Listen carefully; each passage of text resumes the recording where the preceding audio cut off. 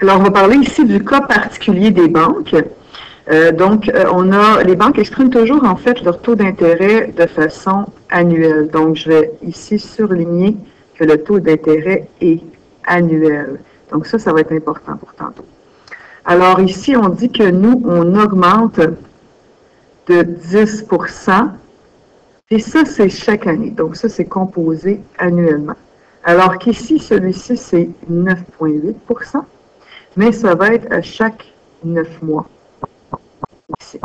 Donc, ici, ce taux d'intérêt annuel est de 9,6 et lui, ça va être à chaque mois.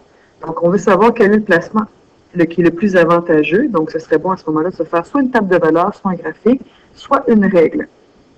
Donc, le taux d'intérêt annuel est de 10 composé annuellement. J'ai un taux d'intérêt, si je regarde dans toute mon année, je devrais avoir 10 de taux d'intérêt. Et là, je veux l'appliquer après un an. Donc, la première fois que j'applique mon 10 c'est après un an. Donc, ma règle, ça va être bien évidemment, j'ai un certain montant. Ce que vous pouvez toujours faire, c'est vous donner un exemple. Par exemple, avec 100 c'est toujours plus facile. Si j'augmente de 10 ça veut dire que j'augmente de 10 10 de 100 c'est 10 Si j'augmente de 10 je suis rendu à 110 Après ça, pourquoi on dit que c'est composé ici? C'est parce que le 10 va s'appliquer sur le 110 C'est pour ça que ça devient une exponentielle. Donc, je vais faire à chaque fois 100 fois, qu'est-ce que je fais comme multiplication ici? Je vais multiplier par 1,1. C'est logique. Je veux avoir plus d'argent. Je dois avoir au moins 1. J'ai un 10 de plus, donc plus 0,10. Donc, j'ai au moins fois 1 plus un petit point 10 que j'ai de plus. Donc, je fais 1,1. Puis après ça, à chaque fois, je prends le montant que j'ai obtenu, fois 1,1, etc. C'est pour ça qu'on a une exponentielle. Donc, alors voilà, ici, ça serait, j'aurais un montant, donc un certain montant, fois 1,1 et à la x, parce que c'est à chaque année. Donc, si je le prends avec un exemple, je pourrais avoir 100 fois 1,1 à la x. Ici, j'ai un taux annuel de 9,8 Donc, à ce moment-là, si je regarde mon année au complet, je devrais avoir 9,8 Mais là, je veux appliquer l'intérêt. La première fois que j'applique un intérêt, ça va être après 9 mois. Donc, après 9 mois, ça c'est 12 mois. Après 9 mois, c'est la première fois que j'applique mon intérêt. Est-ce que je peux appliquer 9,8 Je ne peux pas parce que 9,8, c'est pour annuel, c'est au complet pour toute l'année. Je veux l'appliquer pour seulement 9 mois. Donc, je dois faire une proportion. Ça, je me dis, ben, dans le fond, je veux le 9 douzième de 9,8. Donc, à ce moment-là, je ferai le 9 douzième de 9,8 Là, ça me donnerait ma réponse. Ou bien, je peux me dire, ben, 9,8 ça, c'est pour 12 mois. Donc, j'ai combien pour 9 mois? Puis là, on fait un beau produit croisé qui revient au même que cette expression-ci. Et aussi vous dire 9 douzièmes, c'est le 3/4. Donc, je prends 0,75 de 9,8 C'est toutes des bonnes façons de le faire. Alors, à ce moment-là, tout ça me donne un 7,35 7,35 si je le mets en nombre décimal, il ne faut pas oublier que je tasse ma virgule de 2, ça me fait donc 0,735 d'intérêt. Si je veux regarder mon paramètre C ici, je vais toujours avoir 1 ici, plus mon taux d'intérêt. Donc, je vais faire mon montant fois 1 plus mon taux d'intérêt. Donc, ça fait 1,0735. Maintenant, je veux l'appliquer à chaque 9 mois.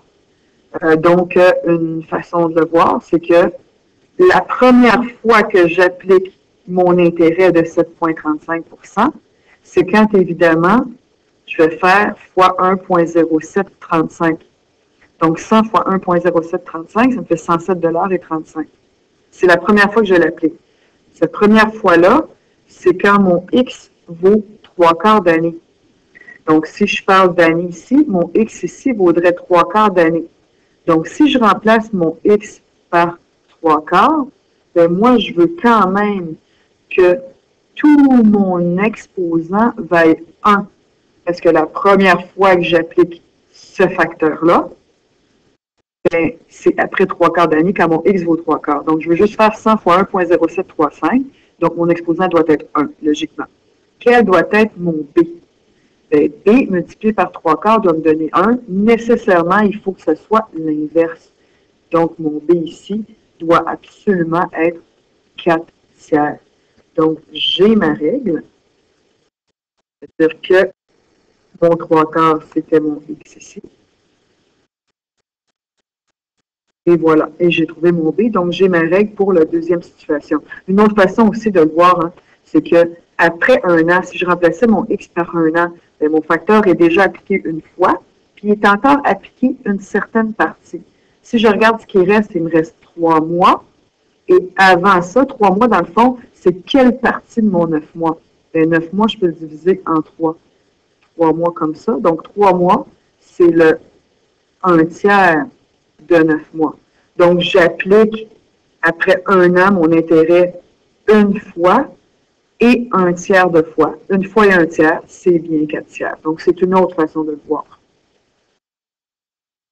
Donc, j'ai ici ma deuxième règle. J'utilise le montant.